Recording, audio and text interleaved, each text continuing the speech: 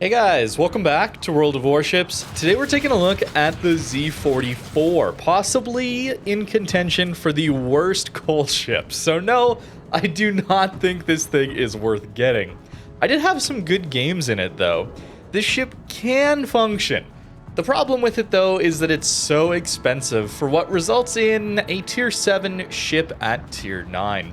Not completely, there are some benefits over the tier 7, but it's pretty close, and for a ship that costs 228,000 coal, it's going to take you a long time to save that up. I would highly recommend spending it on any other ship. But with that out of the way, let's compare it to the tier 7 Lebrecht Maas. I am not pronouncing that right, I apologize, but the Z-44 here is based on that ship. We do have better detection, so let's just start out with that. We do have 5.9 kilometer detect, which is very, very nice. Unfortunately, we're actually slower than the Maas. We also have worse rudder shift time than the Maas. Yeah, not looking so good for this ship, unfortunately. The HP pool is a little bit better than the Maas, not by much, but with Survivability Expert, we're going to get up to 22,550. But what does this ship do well? It's got to be the torpedoes. That's really why you're getting this thing. And compared to the Maas, you do have better torps. For the torpedo DPM, you're at 96,000. For tier 9 destroyers, though, that's not great, unfortunately, considering that is the gimmick of this ship. You get 10 torps per launch, which can work out very well. It allows you to have a little bit wider spread, a little more coverage to deal with. Maybe a Ruprecht pushing in. You don't know which way he's necessarily going to go. This allows you to get a little bit more area on your torpedo launches, which can be quite nice. You also get 12 kilometer torpedoes, which you do not see on the main line compared to, say, the Z-46. You get a little bit worse damage, though, at 13,700 alpha versus the 14,400. So they'll do a little bit worse damage. The speed is not amazing here since we only have 64 knots base speed. We have buffed that though. But the reload does allow you to get a little bit over a minute between your torpedo launches. Any AR is going to buff that even further. So the torps aren't too bad. And again, the comfort level of 12 kilometer torps versus 10 or even 8 kilometer torps is massive. It's really, really powerful at high tier. It allows you to just play the game much easier. 4 torps in, don't get the kill, but some decent damage, and we've already done a lot of spotting damage. I found myself getting most of my battle impact in the Z-44 from spotting damage.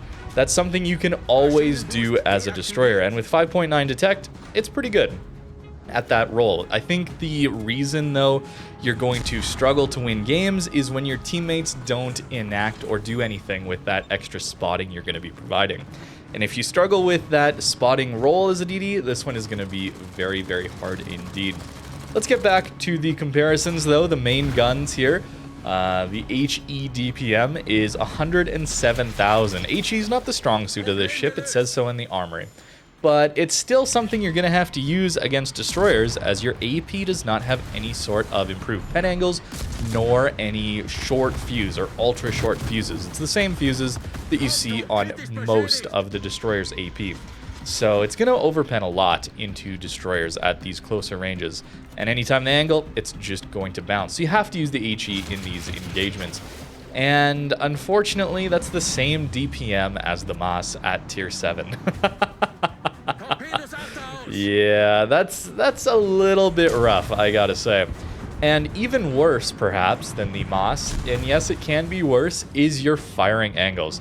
To fire all 5 guns to get all your DPM online, you gotta give 54 degrees of broadside.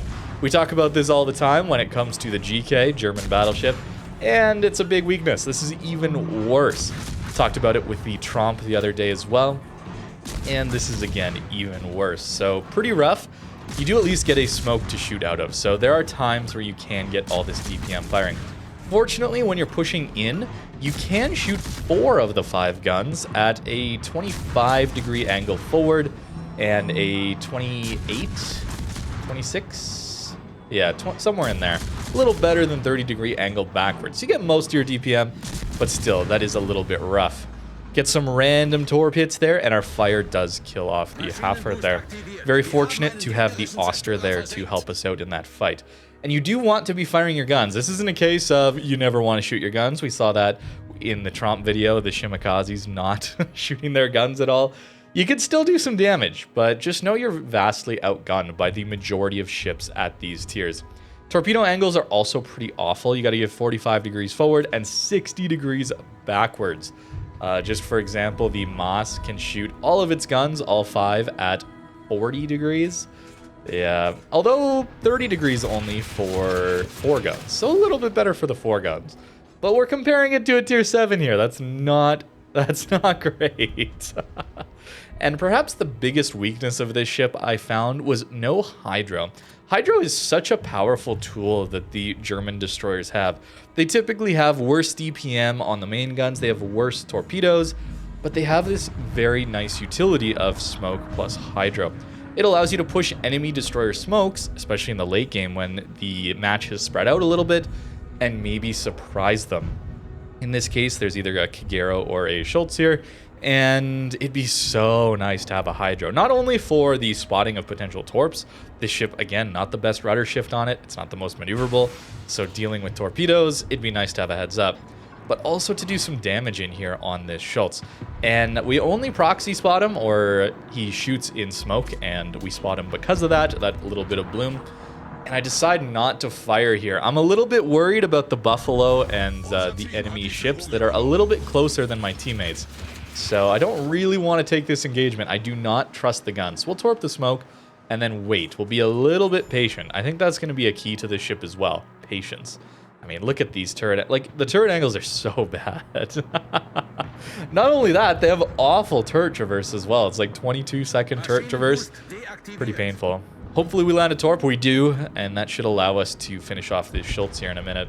I have the AP. I should swap to the HE now that I landed the torp. But I had the AP because Schultz is a large DD, and it's possible we get that extra DPM out of the armor piercing. But he's angled here, so we might be able to finish him off into the superstructure.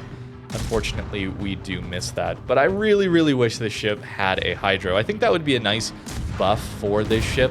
Maybe some of the turret angles as well. It's not a bad ship. We've already done 120k in this one, 51k spawning damage. We're having some impact. We faced tier 7s as well. The matchmaker relatively kind. Confederate, like, we're doing well. But it doesn't, just because we have 1 or 2 good games in the ship does not mean the ship is all that powerful. It means we're getting good matchmaker, and we're playing very, very well in this thing.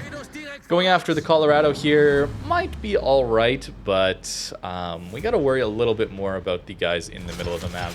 We could easily lose a few destroyers here very quickly if that Buffalo manages to radar and finish them off. So it's like not a good ship. I'm sorry, I'm not very creative in my how I can put this, but it was a hard ship for me to play, man. I gotta say, it was not easy at all. Now, I should probably compare this thing to all of the tier 9 destroyers just to see where it lands. The HE DPM, yeah, we're 4th worst out of every single tier 9 destroyer. That's not great. What about the AP? The AP is actually 8th best, so the AP is not bad. And you should be using it into cruisers and battleships when you get the opportunity. And I certainly did try, but for some reason the dispersion is a little bit wonky. Sure, we're running a torp build here, but I did try a full main guns build to see if I could make that work, and still a little bit wonky dispersion at times. We'll shoot some torpedoes at this Colorado, and, you know, there's actually potential for a Kraken here if we just yoink all the last few kills here. So let's give it a shot, shall we? Yoink number 1. Let's go after the breast now, and this HE does pen 32 millimeters of armor, so there is some benefits there. But the DPM is just not good enough that I want to be using this as a farming ship. You're really mainly after this ship as a torpedo threat, and it's alright. Okay, that's yoink number 2. 2 torps in on the Colorado. Not quite enough to kill him, but let's see. Can I get it? Teammates, 6 HP. There's the flooding. Let's go. And you know what? I'm going to say I deserved most of those kills. One of them maybe not, but I got a lot of damage into some of these ships beforehand with the torpedoes as well. So 152,000 damage, not 200, 152,000 damage. A Kraken, Confederate, top score, let's go. And yeah, pretty good damage into all these guys. Nearly 120k from those Torps. It's very, very good as that torpedo threat. In this game here, I mean, the massive power of spotting for destroyers, even if our actual stats are not all that amazing, destroyers are some of the strongest ships in the entire game. Again, anytime I'm talking about game balance or power levels here, just assume that I'm ignoring carriers and subs, all right? I'm only talking about surface ships. That's all I really talk about here. So the power of spotting here and information gathering for your team is immense on destroyers. So anytime you get a situation like this, I'm maybe even playing a little too greedily for spawn here, but what do you do as a battleship? What do you do as a cruiser without a radar? You know, it's almost impossible here to deal with destroyers like this. So you do have that going for you. It's still a very strong class you're playing, but you do have to play it extremely well. We don't quite kill the Georgia there with 4 torpedoes. Our alpha, not amazing, but the AP should do something, right? Right? The AP should do something. Look at the dispersion. Can get better dispersion in battleships at times. We do dodge the salvo though, but again, anytime I'd have to kite or angle at all to try and dodge incoming fire, yeah, the DPM just drops off a cliff here. As for those torpedoes though, the DPM is, again, it's okay for the tier 9s. You're about middle of the pack as far as the DPM goes, which is, you know, it's decent, but it's the only strength I really see this ship having. So for it to be middle of the pack and then everything else is somewhat comparable to a tier 7, yeah, not amazing. If you have this ship and you enjoy it, don't let me stop you, okay? I do have to put this in, all right? I'm just trying to warn people who are potentially looking to buy a coal destroyer, okay? And I have to be honest. I would not be doing my job if I didn't tell you to not get this ship, all right? This is a ship to avoid with your coal. It takes a while to get it, especially for newer players, so try to get something else. If you're interested in the torpedo boats, there's plenty of options. Gunboats, certainly there's a lot of options right now. But even for Torps, there's some pretty good ones. We looked at Jaeger, and even though Jaeger has even lower damage Torps, I think it fills the role of this Torp boat even better, I gotta say. In this game, 70k spotting, 62,000 damage only, although a little bit more now. Pretty equal split, actually, on damage and spotting damage. It's just so powerful, man. The ability to spot for your team, get into these positions here. You got to play it a little bit careful, but it still can do some good work. I don't want to just say it's only bad. It's still a decent enough ship that can have good games. I just don't think it's worth spending any coal on. If you get it from maybe a crate, a Christmas crate, or a super container, perhaps, you can give it a go. You can certainly give it a go. This game was not looking so great for our team there. I did over push their spawn and made a mistake there, but fortunately we had some pretty good teammates. We do finish off that cruiser and maybe a Torp in on the Harbin. No, not quite. So that's going to be basically it for this match. Not too bad though. Still a decent game. I just wanted to fast forward so I could actually show you the power of being close to the enemy team and spotting. Our smoke Torps do land, getting us that last kill. Very, very nice. And not a bad game. I have one more, I think, to show you guys. Maybe two more, actually. And it can work, I guess. I don't know. What else could we buff on this ship? Maybe the turret angles on the guns would help, I suppose. Yeah, actually two games. I want to show you this one here where I am running a full gun build on this one and in the next game. I did try it, but it's... Well, in this game, I'm going to make a massive mistake, all right? Just to show you that DDs are hard, and if you make the bad choices, you're going to die quick. So here, we're going to shoot at a Des Moines. He's already used his radar. Fine. I'm going to go in front of this island. I talk about this sometimes in videos when it comes up, and you're going to see exactly why you should never go in front of islands. We get surprised by a couple destroyers here, Z-44 as well as the ZF6. And, I mean, we're just going to die so quickly. The ZF6 is, like, massively more powerful. You can't get it right now, unfortunately. Maybe we can bring some of these dockyard ships back, but you see how it's just locked into being broadside there? I'm just dead. I just dead there. There's nothing I can do about it. And turning our turrets to shoot the ZF6, not going to happen because the turret traverse is so slow here. Now, for an example where we do a decent job as a gunboat. Notice the Fearless Brawler. I am trying the gunboat, DD. And we're doing okay damage. I think turret traverse buffs and turret angle buffs would help this ship quite a bit. Even though the damage output is pretty low still, allowing it to still shoot its guns at better angles would help it a lot. We use our smoke here to disengage, and we do have to worry though about Z-44 Hydro. So we got to be a little bit careful of that, and his torpedoes as well. Again, it'd be so nice to have a Hydro here. This ship being a little bit clumsy, the rudder shift turning radius not amazing here. It'd be nice to avoid those torpedoes just a little bit easier. And Z-43 coming back, we'll just kind of panic launch a few torps at the Iwami. Again, 5 torps per launcher gives us a little bit wider spread. It's a small advantage, but it is there. And I use my smoke a little bit too soon. Typically what you want to do is wait for the enemy ship to shoot and then use your smoke so that you can be in cover. Your teammates behind you will be spotting that destroyer who smoked and then, who shot, and then you can shoot them out of the smoke.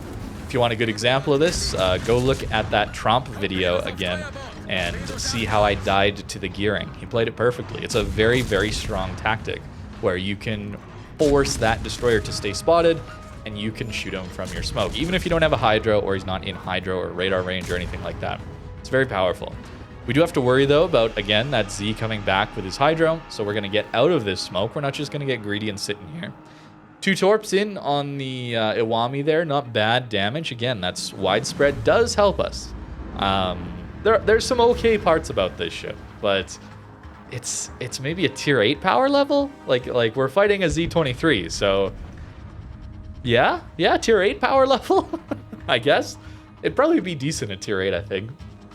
Although you'd lose out on the 6th upgrade slots, you'd lose some DPM on your torps or your main guns. There's that Hydro. Again, we got to worry about that. Fortunately, though, we are out of our smoke, and now it's just about the DPM we can apply. Although we do have some teammates. Notice his guns looking so far in front of me. That's a tell very easily that he's torping me. All right, I don't have Hydro, but there are things you can do to understand, like there's game sense that allows you to get away with not having a Hydro and still know where the torps are going, right? His guns turn so far in front of my ship, it means he has to be launching torpedoes. Why else would he do that? Up next, we have a Jaeger to deal with, and again, we'd love to have a Hydro because Jaeger torps are fast, and we don't have a lot of reaction time when we're pushing into him. The 4-gun layout here is what we're going to use. I don't want to give that much broadside, and there's the torps. Turn in, and we drift into it. I think I probably could have dodged those if I had a Hydro, a little more warning. Maybe if I had slowed down and turned in, possibly as well, but very difficult to know. Take the Torp, and we're pretty close to death here. But our teammates are going to help us, and we don't die, fortunately. Another decent game in this ship. Again, it's not the most impressive damage, all right? I have to get the expectations in line where I'm not expecting myself to get a couple 200k games or anything like that. I don't think this ship is going to do that in the recording time that I allot for these videos. We're going to yoink this Carnot as well for good measure. Dodge his salvo as well. I was spotting him for a very long time. My teammates were just missing, so had to end the game there. 90k, not bad, but yeah, don't get this one, guys, please. Please, I'm actually gonna beg you, please do not get this one. Any other DD. You know, in the future, it might be worth getting this ship if Wargaming were to come back and buff it. I had a few ideas there, but let me know in the comments below what you'd like to see buffed on this ship. But they do that from time to time. This patch here, 13.7, where we're at, they did go back and look at some of the older ships and buffed them, including the Tromp got some buffs. So, not sure why they haven't looked at this one yet, but maybe that's coming in the future. I'll, of course, take a look at it then to reevaluate. But for now, yeah, it's Yeah, I've said it. I've said it over and over again in this video. Here's the build that I was running here for the most part. This is the torpedo focused one. Still taking main battery and AA specialist. Do want some main gun firepower, especially because we're mostly gunboating from behind islands or in our smoke. We're not getting as much value out of Fearless Brawler. I did try it though. I actually did try it. It's didn't help that much. 4-second reload here, not amazing. But again, we are going for the full torpedo build. 65-second reload on 10 torps that go 71 knots, 12 kilometers, 13.7k damage. I mean, the torps are fine to pretty good, I would say. But unfortunately, that's really all this ship has going for it. If it had the hydro gimmick as well, I think that would be viable, more viable. Maybe not the 6-kilometer hydro, although that could be powerful in itself. Stealth hydro, that'd be kind of unique as well, considering how bad the gun angles are, turret traverse. I mean, that gimmick might not be very fun to fight against, though, to be fair. Full torpedo build here gets us that insane reload. You can try main guns. Aiming systems mod 1s could certainly help us do a little bit better, more consistent damage, I suppose. But I found the full torpedo build to be the one to go for here, since that's the strength of this ship, and we do want to maximize that. But that's going to do it for the Z-44 for today. Let me know what you think in the comments down below. And one last time, please just don't get it. Please just don't. Thank you for watching, though, and have a great rest of your day.